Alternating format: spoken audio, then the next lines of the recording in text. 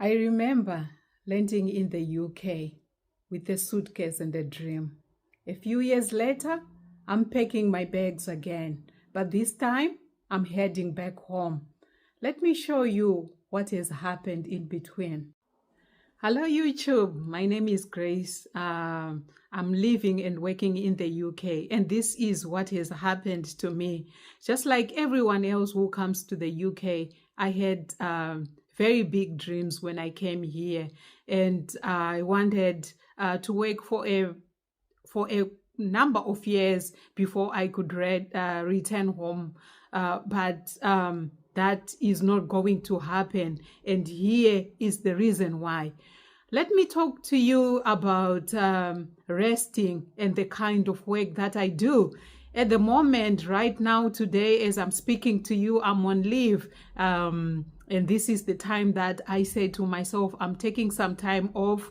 And thank God, because of my work, I get to take quite a number of days off to myself. But here is the thing. I am on leave and I'm resting. I'm supposed to be taking my time off, but my mind never goes on leave. My mind is always thinking about the work that I would have left behind. Because as for my work, when I'm not away, when I'm not at work and I'm away, I don't have the luxury of other people covering my work for me. It will be waiting for me to come. So whatever unfinished tasks that I would have left, they'll be waiting for me to come back for me to come back. So my mind is never at rest. Even if when I'm not at work, I'm constantly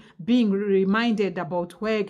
I am constantly being reminded about the tasks that I would have not completed. So I say to myself, this is not what I would want my life to look like, because my mind does not rest. When I am not at work physically, but my mind is there, my mind is not at rest. I want to try and separate my personal life and my professional life, but it's not very easy when you know that the work is waiting for you. So this is my life. This is what happens when I'm here in the UK. Because of my work, it will be waiting for me.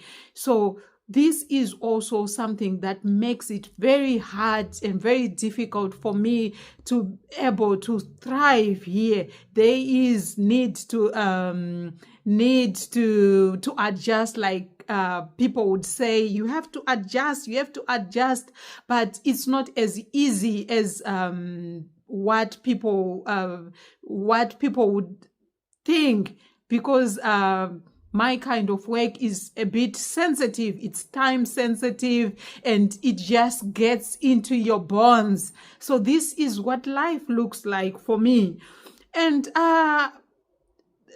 all the dreams that we talk about, the glitter, as far as the UK is concerned, people talk about the money, the glitter, the lifestyle, the cleanliness, everything is in order, which is good. But they also don't talk about the loneliness that we go through. I go through a lot of loneliness. I only have the company of my 11-year-old son, and at times you just need that adult, to talk to. You just need someone to talk to. When I'm not at work, I don't have anyone else to talk to. And the tricky part is you try to talk to people back home and they don't understand where you are coming from.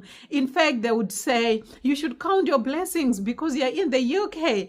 Yes, I am in the UK and I'm working and I'm earning. I'm rewarded for the work that I do, but it doesn't minimize the need for human interaction. It doesn't minimize the desire to be connected with other people. The fact that I'm earning a living and I'm living in the glitter and glamour of the first world doesn't mean that human conduct or the sense of community or wanting to belong it does vanish because I am living in the UK. So you try to talk to people so for them to understand what we go through when we are here, but they don't understand it. They think you're just being dramatic, you're not being grateful enough. So I have actually stopped. There is quite a small number of people that I talk to regarding my life here in the UK who actually understands and connect with me. Most of the people, when I talk about it, they just think I'm being ungrateful. So that's also the harsh truth about living in the UK. No one understands our struggles. No one wants to listen to us. They think we are just being childish. We are being ungrateful. They don't really see it. It needs someone to experience it to be able to understand. So it's some of those things that when I look at them, then I just start to say to myself, this kind of life is not the life that I would want to live for many years to come. Hence the reason why I'm packing my bags. And also another thing is the expectation back home, because now I'm in the UK. People expect massive progress. They don't understand the cost of living. Yes, I might be earning that the amount, that money that you think I earn, but where does most of where does the biggest chunk of that money goes? Biggest chunk goes towards bills and the cost of living in the UK. So they expect massive the progress the moment that you set your foot in the UK. So when you don't do that, then they don't understand. They think we are not making a lot of effort, that we are being wasteful, we are not thinking about tomorrow. So it's all those things that people, when they look at the life in the UK, they have their own expectations, and when they don't see that, they kind of put a bit of pressure on you. Besides the extended family, for example, for me, I have grown children there who are back home. Even if I try to make them understand what life is all about, I think at the back of their minds, they're just thinking that mommy is being dramatic.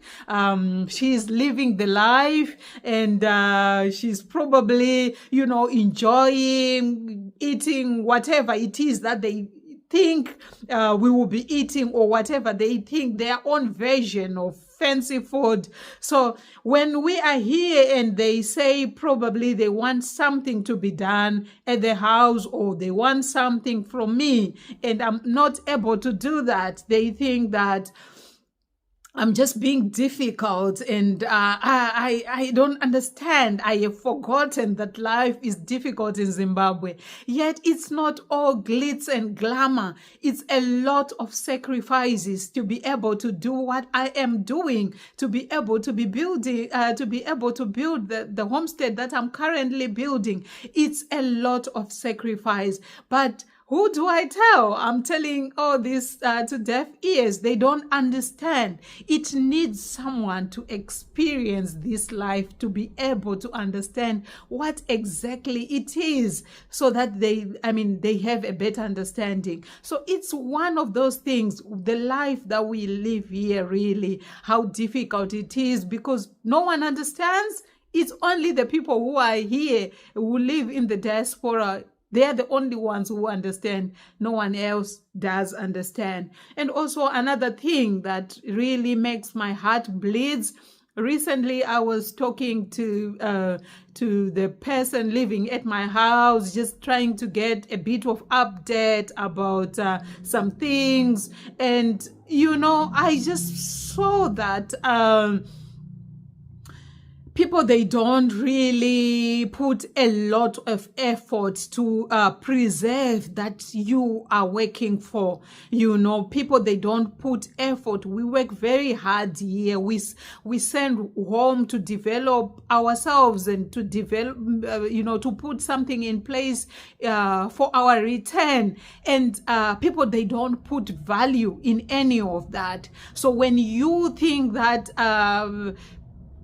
for example, you have livestock at the homestead, and the caretaker doesn't really stay there all of the time, most of the times, and so things, they get destroyed, they perish along the way, because there is no one who puts value in the things that you put value, the things that you work for, the things that you work hard for. They don't put value in that. So at the end of the day, there's things that we work very hard towards, the things that we set up for ourselves. It just gets destroyed just like that, because they don't understand. When you ask, are you not supposed to be at work? Are you not supposed to be at home?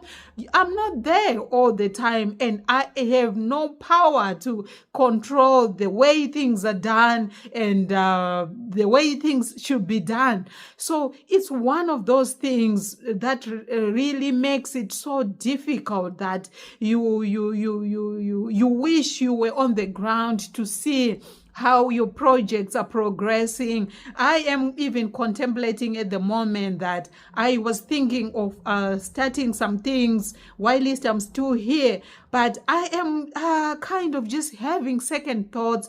Are those things really going to be valued, or do I really need to do that? Or maybe I can just put the structures in place. Since I am already packing my bags, then I'll then go and implement the things when I'm there. So it's all these things that makes it very difficult, really. We work very hard here in the UK. We track every dollar that we work for, because we work very hard, but then we find and we meet a lot of disappointments along the way.